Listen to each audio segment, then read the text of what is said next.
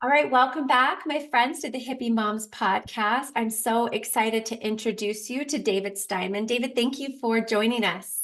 It's great to be with you today, Becky. Yeah, so glad you're here. Really excited about this conversation. I know it's going to really support moms and open our eyes to maybe things that we know, but we've forgotten. So, what I would love to do is first find out, tell us a little bit about yourself. How did you get into this work? Well, I guess I'm what you would call a kind of like a consumer cop in that I run a nonprofit, Healthy Living Foundation, which sues a lot of companies for not revealing the hidden chemical toxins in their products or their foods. But the way I got here is that I was a victim myself. I grew up in California, in Los Angeles by the Santa Monica Bay, and I fished. I fished in for decades and would bring the seafood home to my family, and my friends fished, and I worked on boats. When I became a investigative reporter for the LA Weekly, um, what I found out, what had happened was dolphins were washing up on shore, and they were filled with DDT and PCBs, their blubber, and they were dead. They were done. They were dead and dying. We were trying to figure out what was happening. And instead of focusing on the dolphins at the LA Weekly, we decided, why don't we see what's happening with the people eating the fish too? So I conducted a study with the University of Southern California, a doctor, a marine biologist, a toxicologist, and we went around to fishing piers and fishing boats all throughout Los Angeles, asking people if we could sample their blood. And you have to, we were in like Bermuda shorts, straw hats, uh, and people actually did it. They actually gave us their blood. We got about almost 40 people to participate. And what we discovered was, after doing an extensive questionnaire, was the people eating the fish from the bay, the locally caught fish, had the very highest levels of DDT, a pesticide, and PCBs, an industrial chemical, in their blood. The people who were eating the least fish from the bay had the lowest levels. So this was shocking news, and I testified before Congress, and the Santa Monica Bay was declared a Superfund site. That's because, unknown to me for those 20 years that I was eating all the fish and working on boats and things like that, the Montrose Chemical Company had been manufacturing DDT at its plant in South Central Los Angeles and taking all of the waste sludge that they produced, about 2,000 tons. They put it into drums, barged it into the middle of the Catalina Channel, and dumped the drums into the ocean. The drums opened up and spread about 2,000 tons of DDT into the food supply. And this was all allowed, by the way, this was all sanctioned by public officials. So if I don't trust the government to do a great job, and I'm not against it, I'm just saying I've learned a lesson. This is one of the reasons why. I was probably one of the very first victims of DDT poisoning to come forward like that in California and Los Angeles. And I had documented it. I had measured my own blood too as part of that study that we did. So I knew how high my levels were. But I also realized that if I didn't change my ways, these levels were going to accumulate, because DDT doesn't break down. It stays in your system. You have to do something extraordinary to get it out. And that's when I became aware of, well, let's look at all the foods. Are there foods even worse than these seafood that I'm eating from the Bay of Santa Monica Bay? And then I wrote my first book, Diet for a Poison Planet, which was a bestseller. And it was kind of like taking what we eat and dissecting it and saying, look, these are the chemicals in it. These are the safe foods, the dangerous foods. So that's kind of how I got into it. And now I have, since I wrote that book, I have 3 kids. I've been raising my own kids. And I wrote my new book, Raising Healthy Kids, Protecting Your Children from Hidden Chemical Toxins, because as a parent, I just knew how important it was and how little people know. So that's how I got from being a victim to trying to help a lot of other people not become victims. Wow, that's an incredible story. I'm just so curious, what were you experiencing? Were you experiencing certain symptoms that led you to believe that what you were eating was causing it? Or was it the dolphins that really started this whole journey for you? Yeah.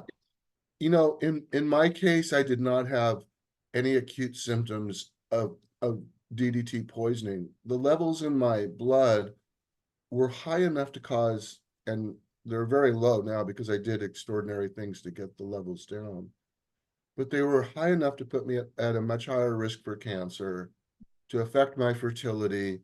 And these are some of the long-term health effects. And that's one of the things, it's not, sometimes if you like, if mom gives her kids like popsicles with red dye in them or something like that, which affects children's behavior, she'll see an effect right away. She'll go, why did my kid just go ballistic or Mhm, get so hyperactive? Then she looks at the product and says, oh, there's red dye in these products. mhm. That can happen, but a lot of times the risk that mom and dad for our kids is not necessarily immediate or that visible. And that's what, but they're very profound. It may be because mom used so many cosmetics during pregnancy and they were the wrong ones, her child lost 6 points on their IQ. Mm, That's real, but you're not going to necessarily see it.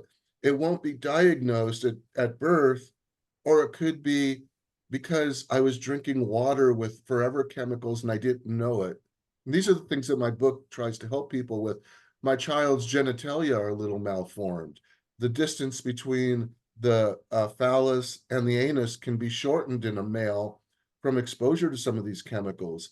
And that's kind of a sign of that is a sign of feminization.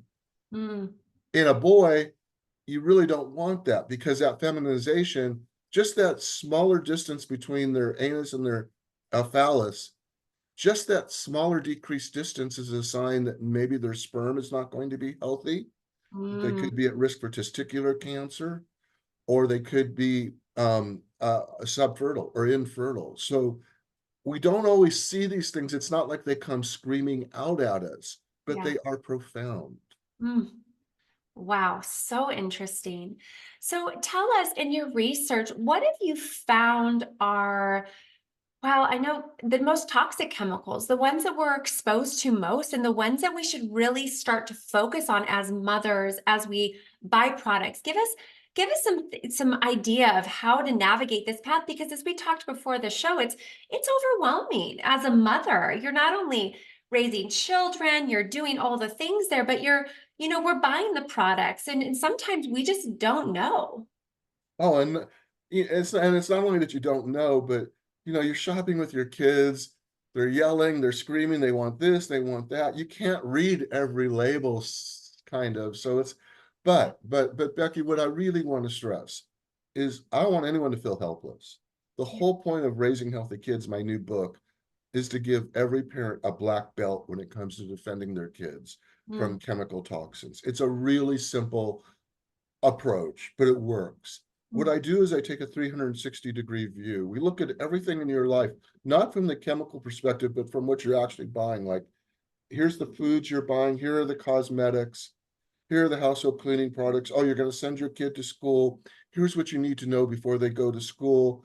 Here's what you should know about your community. Here's what you need to know about your tap water and what to do. It's like taking a little college course, but you're done with it, and then you know everything. mm. So really, if I were going to say some of the areas that I have focused on that I think are really of concern to your audience today, I would tell them: one, look at your personal care products and your cosmetics, especially if you have the intention of becoming pregnant, you are pregnant, and or you have children or teenagers. Mm, And that's because some of the worst chemicals for our kids are found in cosmetics and personal care products. They are called phthalates. And these are microplastics. They're used in cosmetics to change the viscosity, the feel of the cosmetic itself, to hold in fragrances, to weigh them down a little bit. But they are tiny plastic molecules. They also are like little sex hormones. The mm, phthalates actually imitate the female hormone estrogen in the body, and they lock onto the same cell receptors. So I'll show you how profound this is for all of your audience. You know, when we think of the sex organs in the human body, I tend to ask this question. What are the largest sex organs in the human body? And everyone has different answers. But I would say the genitalia and the human brain. And the Mhm. genitalia doesn't surprise anyone, right? That doesn't surprise anyone. But they go, the brain is a sex organ. The two organs in the body systems that need the sex hormones to develop properly are the genitalia and the human brain. Both of them can, through the effect of sex hormones, that is the impact of testosterone or estrogen, depending on whether you're a male or female. These are what the brain and the genitalia both need to differentiate into male or female, but they develop at different times during pregnancy. So suppose mom is using fragrances and they have a lot of phthalate in them. And this is early on in the pregnancy. Um, and for example, let's change it actually. Let's say she's using the fragrance for our little scenario. She's using the fragrance in the second trimester of her pregnancy when the brain is particularly developing. The genitalia may get a burst of testosterone, which is normal to develop that way. But then she starts using a fragrance like Canoe or something that I know we've shown the book is loaded with phthalates. These phthalates act like the sex hormones and they can inhibit testosterone. So just when her baby's brain is developing and supposed to develop into the masculine, the sex hormones are inhibited that she would be giving the baby by the phthalates that she's absorbed through her skin by using cosmetics, or they can be ingested from some foods, not phthalates, but similar endocrine disrupting chemicals. So the brain may develop with less masculinity. Mm. So that will change gender behavior. And now we know from studies that have been done that when mom has high levels of phthalate in her body, her baby will be born with modified gender behavior, lower IQ points, higher risk for ADHD, increased risk for fertility issues, or increased risk for cancers of the testicular cancer in the male or breast cancer in the female. Wow. So that's just from your little cosmetic decisions. And they're not little, they're profound. Fortunately, in raising healthy kids, we share how do you get out of this? How do you find safe cosmetics and personal care products? And you do it by learning to read labels. And also, I give you some really big tips. For example, one of the tips I share in the book is that, you know, organic cosmetics are now becoming widely available, and they will largely eliminate these exposures. They're not perfect.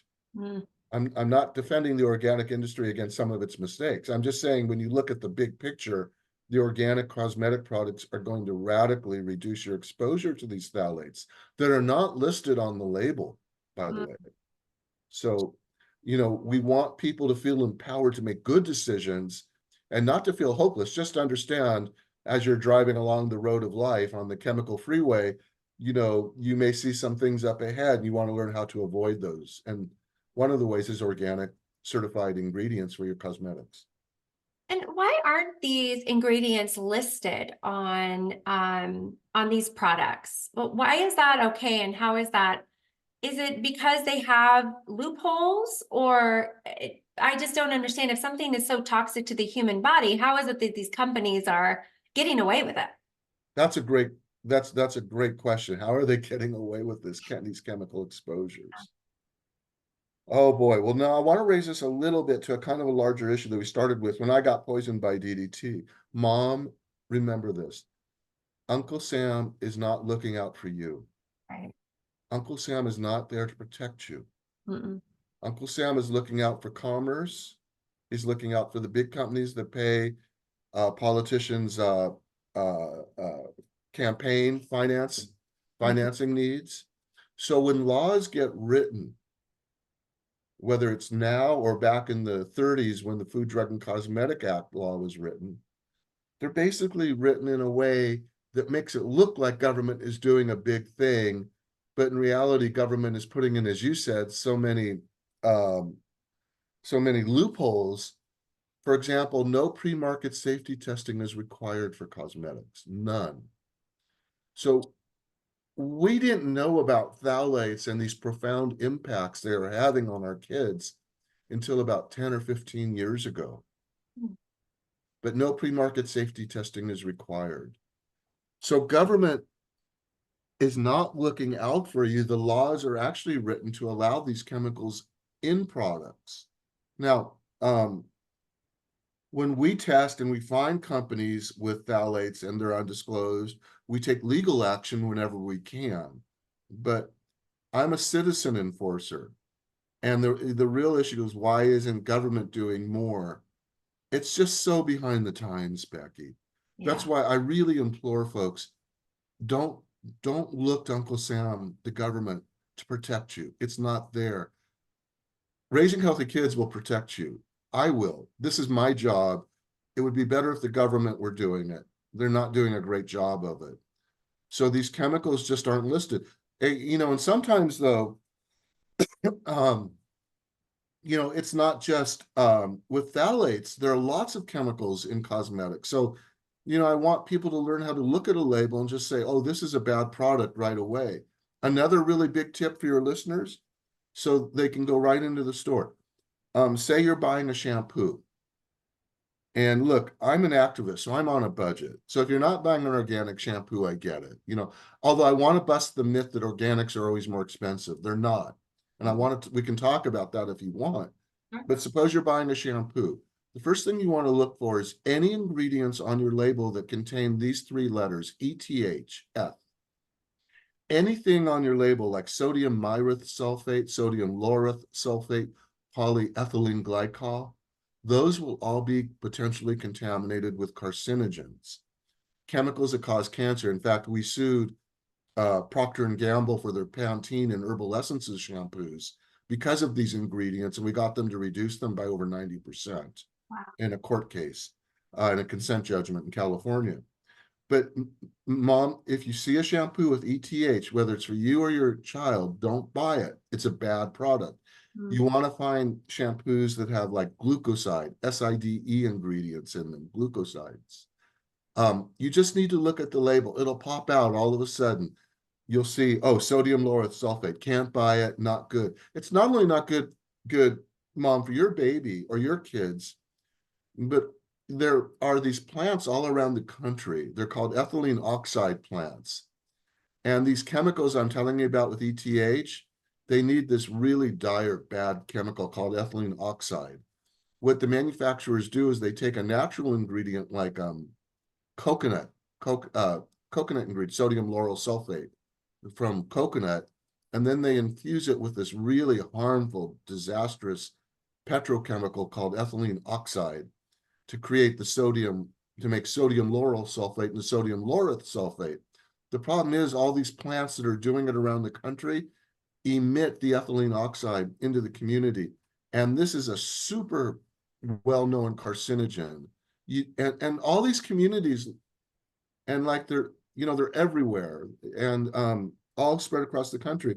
And kids are breathing this stuff. So kind of what I'm trying to do also in my new book is alert you that when you make these decisions for your own family, you're actually helping a lot of other folks in the United States too to live healthier lives. So it's a big win. So avoid the ETH ingredients, mom, okay? Sodium Wow. lauryl sulfate, say no to it. I've learned too that anything with the word fragrance, that in itself can be a loophole, right? So anything that's a fragrance or perfume, that for me, that's one of the first things I look at. If there's fragrance or perfume, I just don't even get it. Yeah, that's another big warning sign. And the fragrance is actually, that's one of the ingredients that tells you there may be the phthalates or those estrogenic chemicals in your product, because manufacturers use the phthalates to keep the fragrance in the product and from aromatizing out into the atmosphere. So, that's a big one. Another big thing, Becky, right now, because of the time of year, are sunscreens. Oh, yeah. So we can give a couple of tips on sunscreens too. Yeah. And kind of what we're doing is giving a shorthand, like fragrance, no. Yeah. ETH ingredients, no. So here's another one.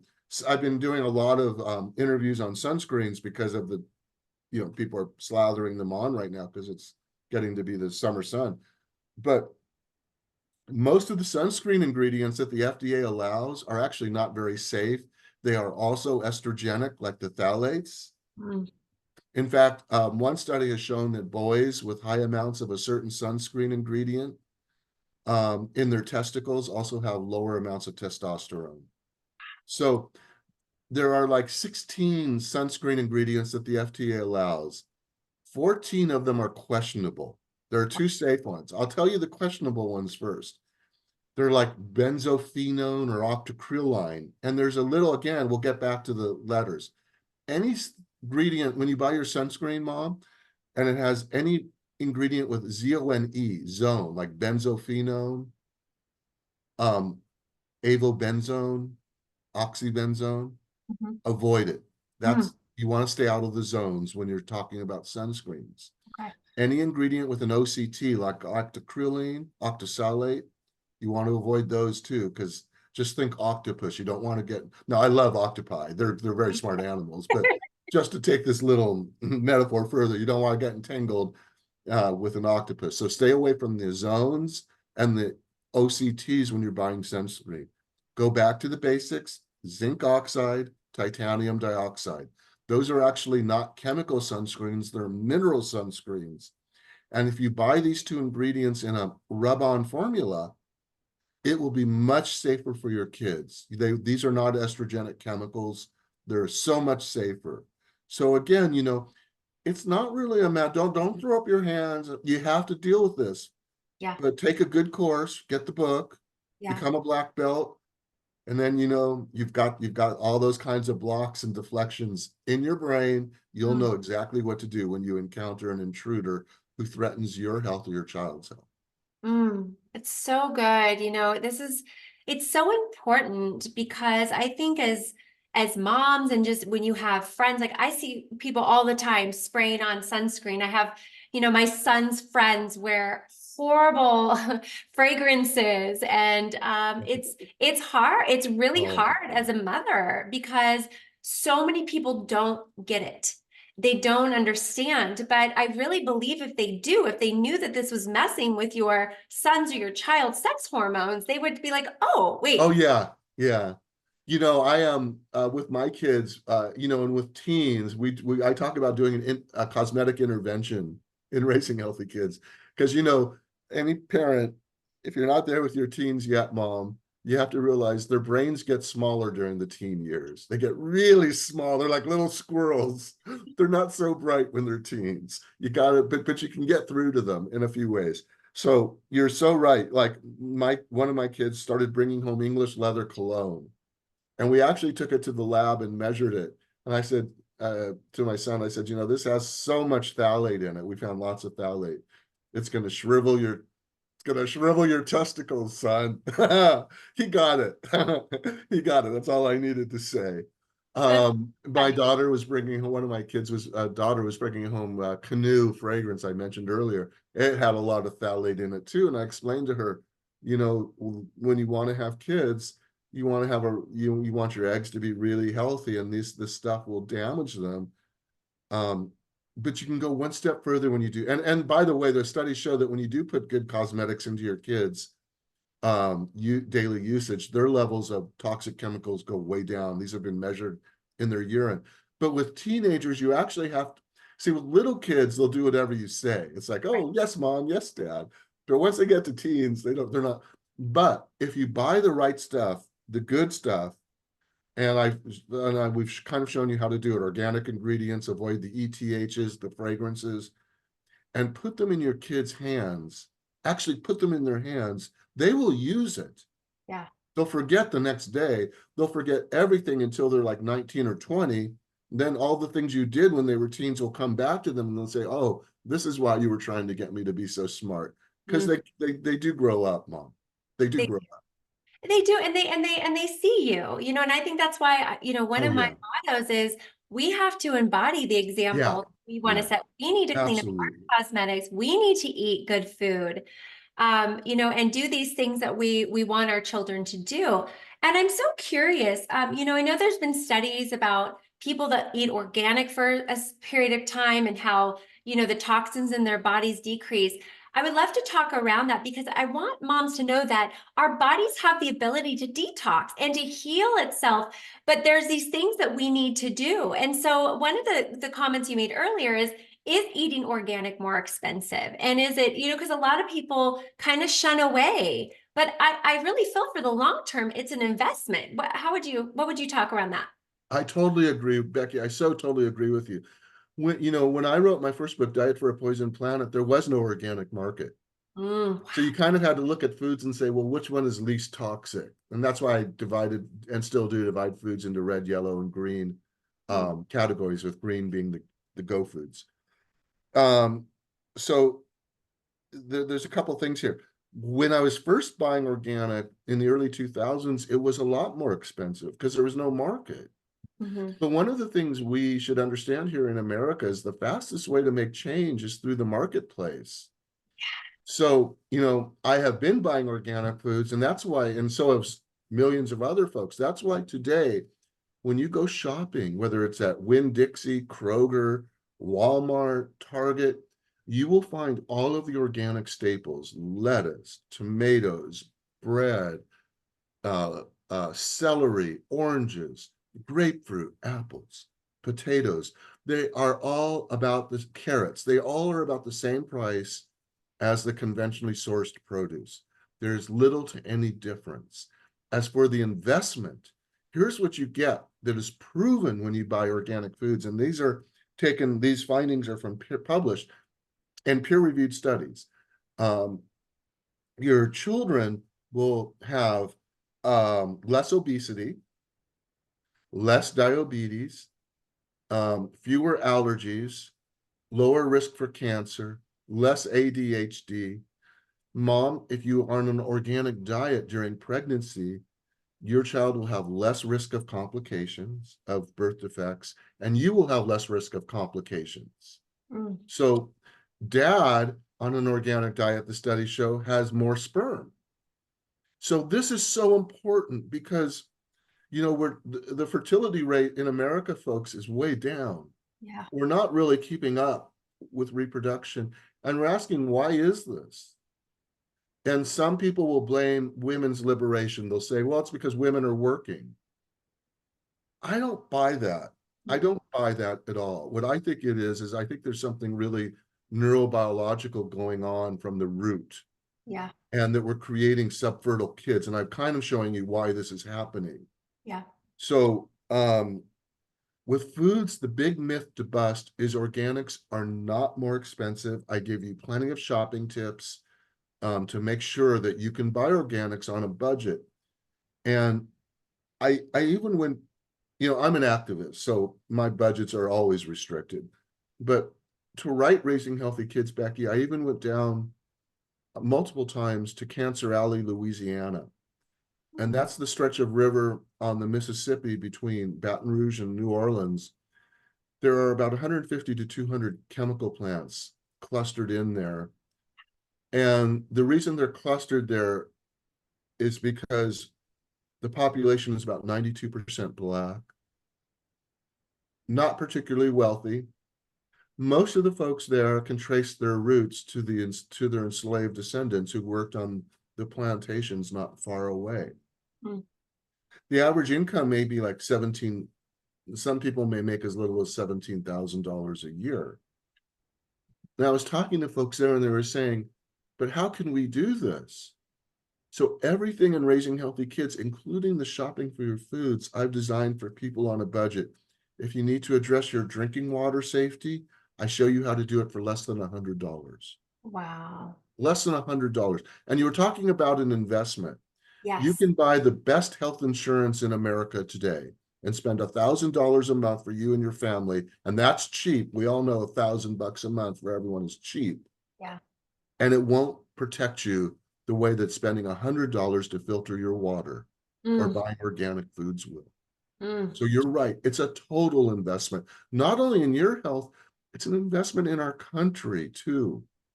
You're helping so many other people, from farm workers to people who live in farm communities.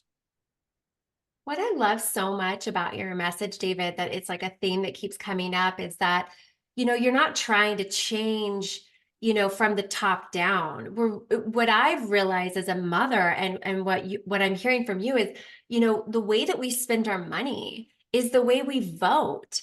And because more people are buying organic, because people are buying less chemicals of fragrances and this kind of stuff, companies are going to change. It's the consumers that have the most power. So many of us just don't know. And so it's really about education.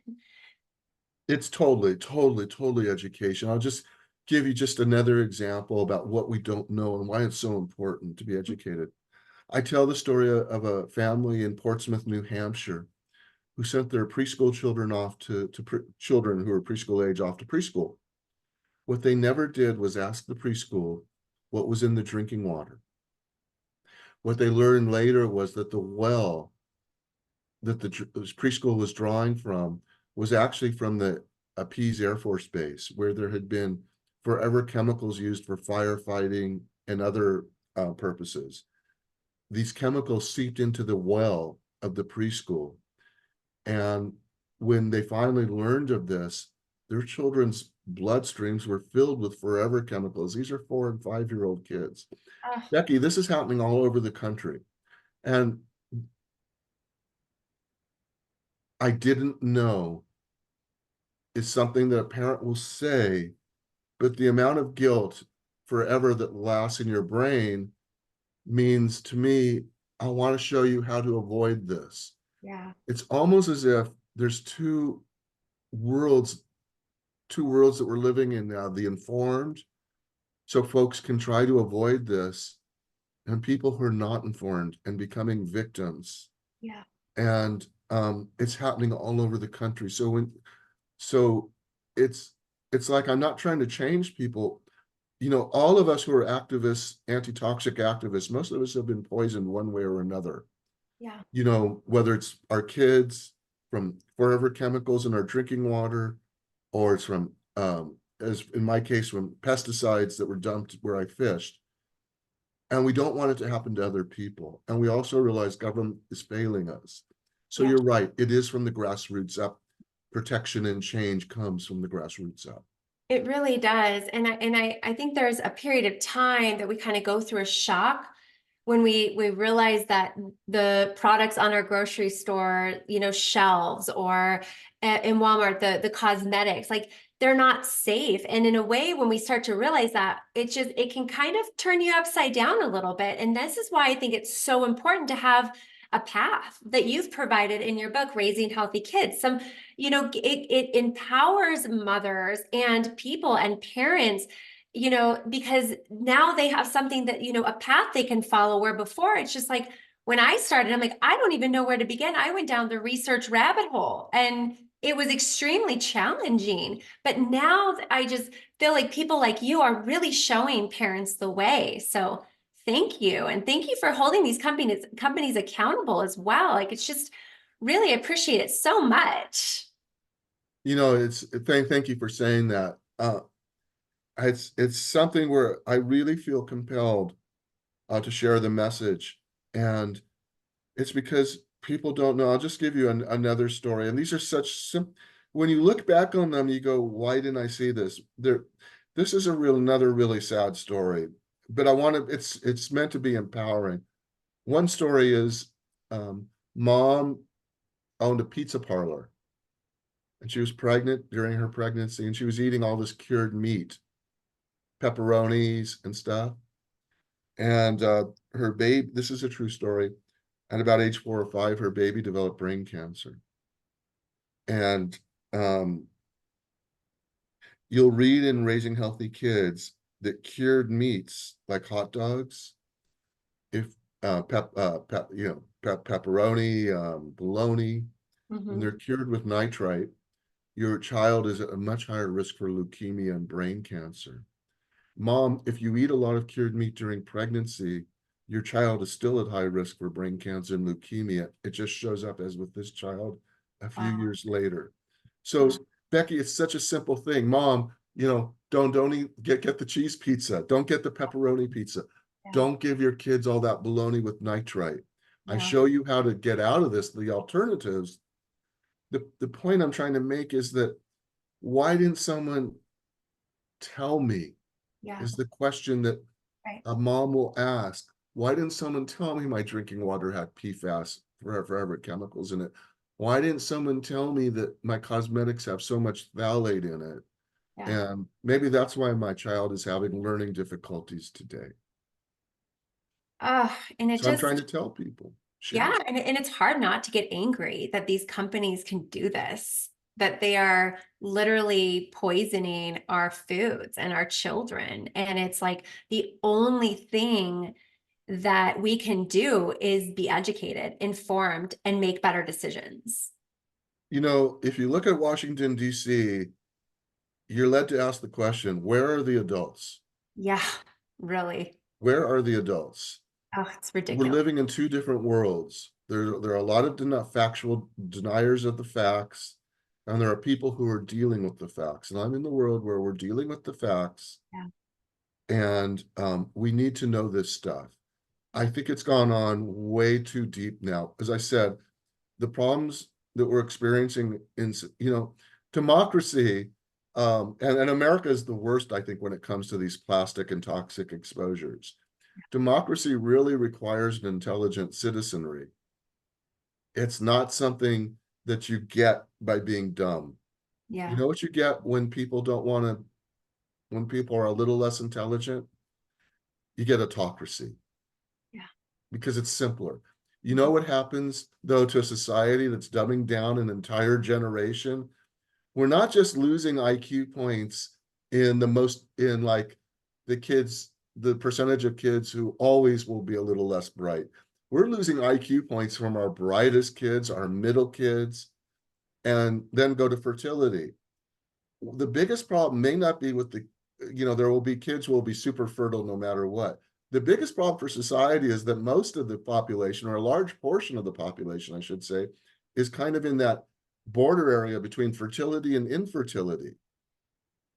Now, when you start exposing male sperm, and I can give you more examples, to a chemical every day, you take that man and woman who would like to have a child or whatever kind of combination we're in today, and all of a sudden they go from subfertile to infertile. And it doesn't take much to do that. So I think the problem is huge, and we're really in two universes now. Your universe and your listeners are going to be okay. Yeah. But everyone listening to this needs to share what they have learned with someone who is not necessarily going to be okay, that poor sap who doesn't know, right next to you. Because you know, it's it's showing up all the time. I can just give you, before the internet, Becky, it was hard to find victims because the whole idea of the chemical industry strategy was to keep people isolated. Yeah. When I used to report on hair dyes, the hair dye companies would call me or threaten to sue me with letters. Why? Because hair dyes cause cancer, lymphoma, particularly the darker dyes with phenylenediamine, and it's in the book. But the whole industry wants us to be isolated. They didn't want one victim of lymphoma from hair dyes to talk to another woman and say, is it the hair dyes that are giving us these cancers? They don't want us to talk. They don't want us to share our stories. They want us to be isolated. That's why I'm saying, if you're listening to this show, share the story. Yeah. It's a way of fighting back against the quote man. Oh, and that is truly so true. I feel that in my bones. That's why this community is so important to me because, in ancient times, mothers, we were together, we were Yeah. teaching each other, we were guiding each other, and now we're isolated. And I thank goodness, social media and the internet, it's a two-edged sword, but it is bringing us together. It's given us an opportunity to band together and to inform and understand what we're up against so that we can make better decisions for our families. Oh yeah, and we need to. Yeah. Our health, our kids' health the world is so chemically inundated. It's not like, you know, even this is just a time in human history. Never, we've always developed, our kids have always developed within the context of the environment, Mhm. and their gender identity and their sexuality have always been nurtured by the environment. But what happens when there are so many thousands of endocrine disrupting chemicals to which they're being exposed, interfering with, that's something new. And Yeah. that's what we have to grasp as parents. Our Yeah. kids don't have the same genetics anymore that we did. Just as an example, my father was born before I was going to say the petrochemical revolution. I Yeah. could say the industrial, but the petrochemical revolution, when all these chemicals were first being made right after World War II. So his genes were not necessarily totally impacted being born in the first half of the 20th century like mine were Right. being born during the the petrochemical revolution. But my kids' genes have no connection any longer with the Garden of Eden time before the petrochemical revolution. So our kids' genes have really been modified into a new world. And if we're seeing things like more gender fluidity, for example, or more societal dysfunction, we know where it's coming from. It's neurobiological. It's Yeah. in the chemicals to which we're being exposed. Yes. Yeah. Yeah, I mean, if this doesn't, Mama, put some fire under you, and again, we don't want to move from fear, because it is what it is at this point. We really have to move with a fire, with be motivated to take care of our families, because for the most of us, mothers are the ones that are buying these products. And the more that we can be informed, the more that we can share and link arms and support companies that are doing it right, that's how we're going to change the future for our children. And that's what's so important to me, David, is really changing the path that we're headed on, for our kids, and coming back to Mother Nature and living in a way that is in alignment with her rather than fighting her. Totally concur on that. Yeah. Yeah. Wow, David, thank you so much. This was such a beautiful conversation. I've talked to a lot of toxin experts, and I just love your perspective and the way that you're advocating, and your book, Raising Healthy Kids, Protecting Your Children from Hidden Chemical Toxins Every Day. I'm going to make sure that our listeners have a link to that book, and so that you can just go to the show notes and hit it and grab it and become a black belt, just like you said, so that we can start making better choices. And, I feel I've been on this journey for 12 years, but I still feel there's, more learning. There's always going to be more learning and more information. So we can't get complacent either. We can't get stressed about it, but we need to just take those daily steps. So, and then do you have a website? Where else can our listeners connect with you? Oh, please do visit raisinghealthykidsthebook.com. Okay. I'll make sure that's on the show notes too, David. Thank you so much for being here and everything you're doing for our kids. Thanks, Becky. It was great talking to you today. Great to be here with you. Thank you. All right, everyone. We'll catch you on the next Hippie Moms podcast. Bye.